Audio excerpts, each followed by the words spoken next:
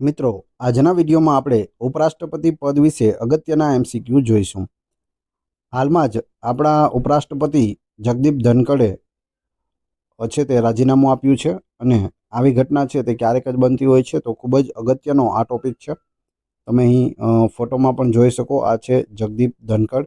આગળ પણ આપણે જોઈશું અને આ આપણા પ્રથમ ઉપરાષ્ટ્રપતિ છે ડૉક્ટર સર્વપલ્લી રાધાકૃષ્ણન। છેલ્લે તમારી ટેસ્ટ પણ લેવામાં આવે છે, તો વિડીયો વ્યવસ્થિત જુઓ અને ટેસ્ટ આપી તમે તમારું નોલેજ પણ ચેક કરી શકો છો। એ સિવાય ફ્રીમાં આની પીડીએફ પણ તમને પ્રોવાઈડ કરાવવામાં આવશે। આવનાર બધી પરીક્ષાઓ માટે ખૂબ જ અગત્યના એમસીક્યુ, માહિતી અને ફોટા સાથે આપણે લઈને આવ્યા છીએ। તો જોઈએ ખૂબ જ અગત્યનો આ વિડીયો। હાલમાં રાજીનામું આપનાર જગદીપ ધનખડ ભારતના કયા ક્રમના ઉપરાષ્ટ્રપતિ હતા? તો આ જગદીપ ધનખડ છે, જેમણે હાલમાં જ રાજીનામું આપ્યું છે અને તે 14મા નંબરના ઉપરાષ્ટ્રપતિ હતા। કેટલામા નંબરના? 14। જગદીપ ધનખડે ઉપરાષ્ટ્રપતિ પદથી ક્યારે રાજીનામું આપ્યું, એટલે કે કઈ તારીખે રાજીનામું આપ્યું છે? તો તેઓએ 21 જુલાઈ 2025ના રોજ રાજીનામું આપ્યું છે। તેમનો કાર્યકાળ પણ તમે અહીં જોઈ શકો, 11 ઓગસ્ટ 2022થી 21 જુલાઈ 2025 સુધી તેઓ ભારતના ઉપરાષ્ટ્રપતિ રહ્યા છે। સ્વાસ્થ્યના કારણોસર તેઓએ રાજીનામું આપ્યું છે।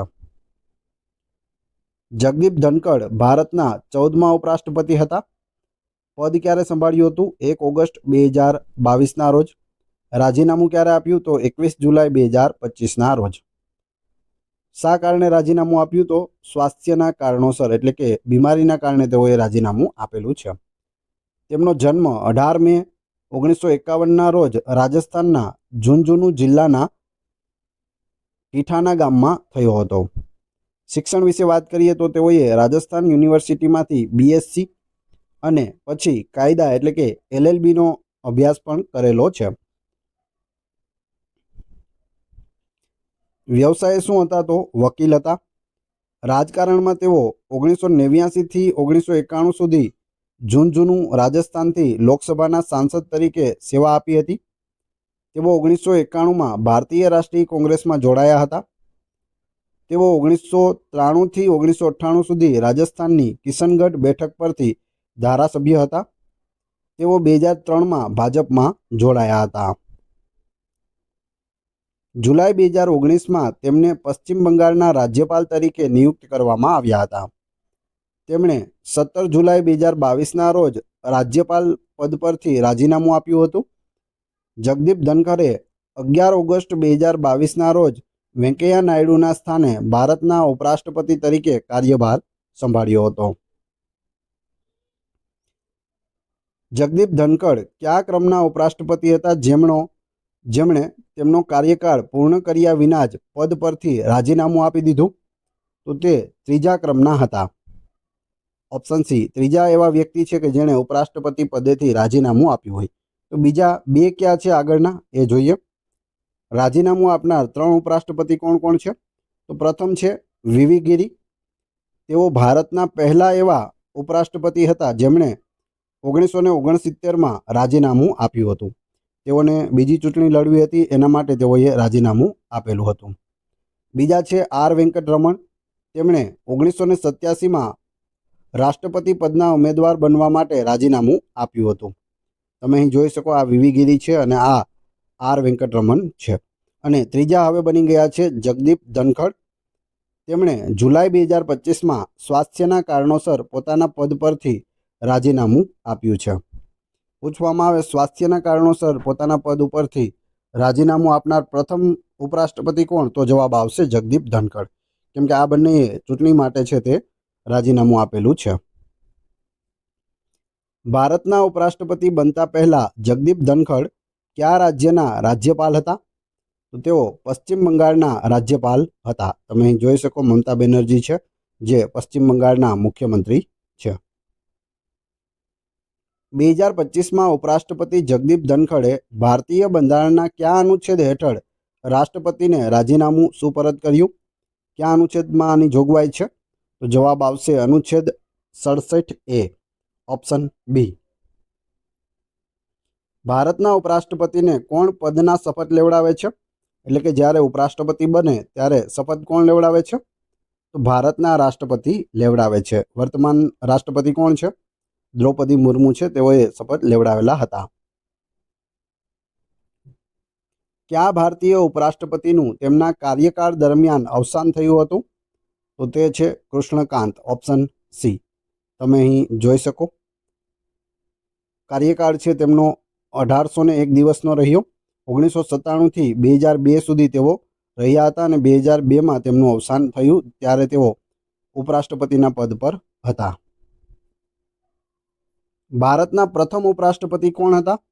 તો જવાબ આવશે ડૉક્ટર સર્વપલ્લી રાધાકૃષ્ણન, ઓપ્શન બી.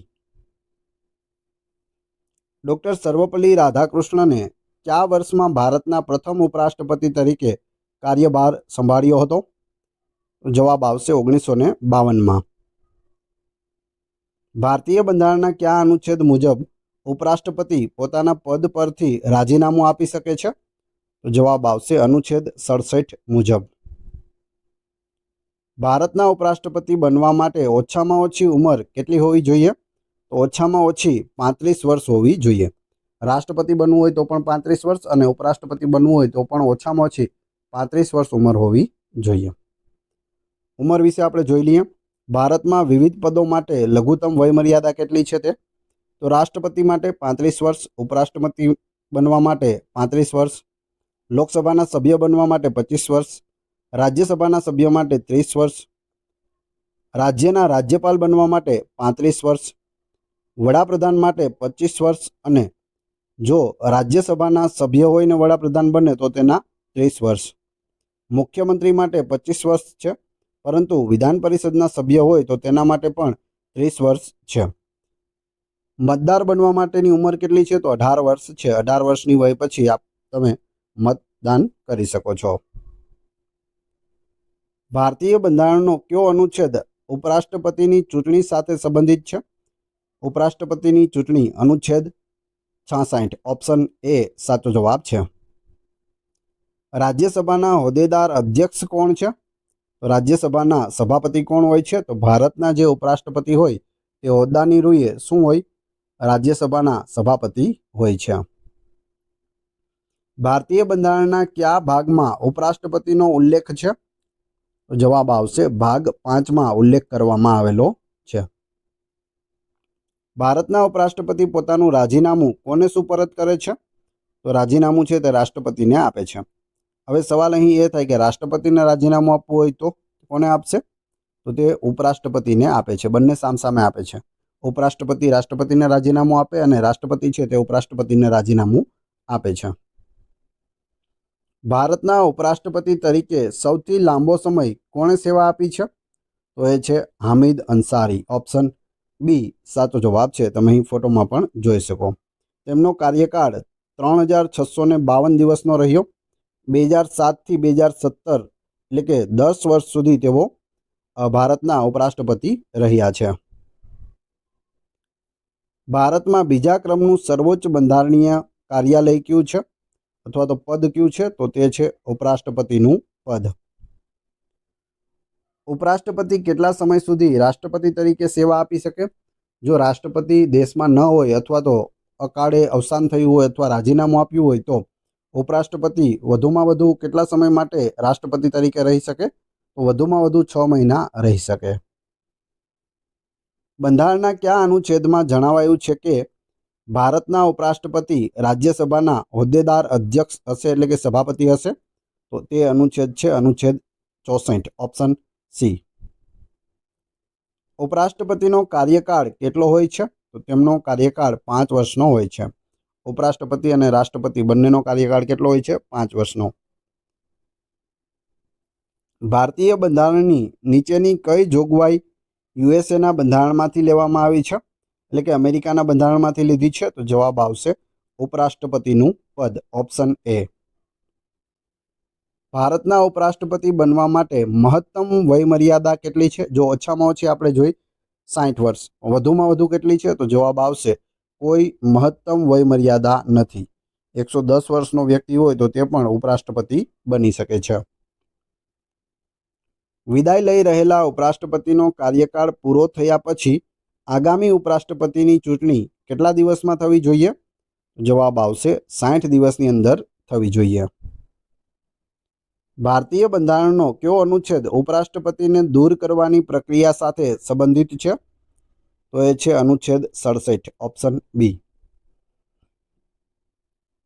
હવે તમારી ટેસ્ટ, જે આપણે વિડીયો જોયો તેમાંથી તમને અહીં પ્રશ્નો પૂછવામાં આવે છે, જેના જવાબ તમારે ક્રમશઃ કમેન્ટ બોક્સમાં આપવાના છે, જેથી મને ખ્યાલ આવે કેટલા લોકો વ્યવસ્થિત વિડીયો જુએ છે.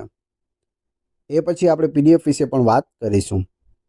વિડીયો પસંદ આવી રહ્યો હોય તો લાઇક, કોમેન્ટ, શેર અને સબસ્ક્રાઇબ કરવાનું ના ભૂલશો.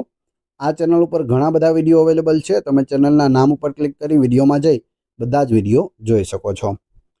ટેસ્ટમાં પ્રથમ પ્રશ્ન છે, હાલમાં રાજીનામું આપનાર જગદીપ ધનખડ ભારતના કયા ક્રમના ઉપરાષ્ટ્રપતિ હતા?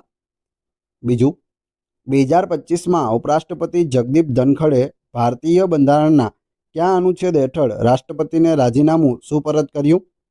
અને ત્રીજું, ઉપરાષ્ટ્રપતિનો કાર્યકાળ કેટલો હોય છે, કેટલા વર્ષનો હોય છે? ત્રણેના જવાબ કમેન્ટ બોક્સમાં આપી દેજો. વાત કરીએ પીડીએફની, તો આ વિડીયોની ફ્રી પીડીએફ તમને ટેલિગ્રામ અને વોટ્સઅપ ગ્રુપમાં મળી જશે, જેની લિંક ડિસ્ક્રિપ્શનમાં પણ આપેલી છે. આશા રાખું છું આપને વિડીયો પસંદ આવ્યો હશે. મળીએ છીએ નવા વિડીયોમાં. ધન્યવાદ.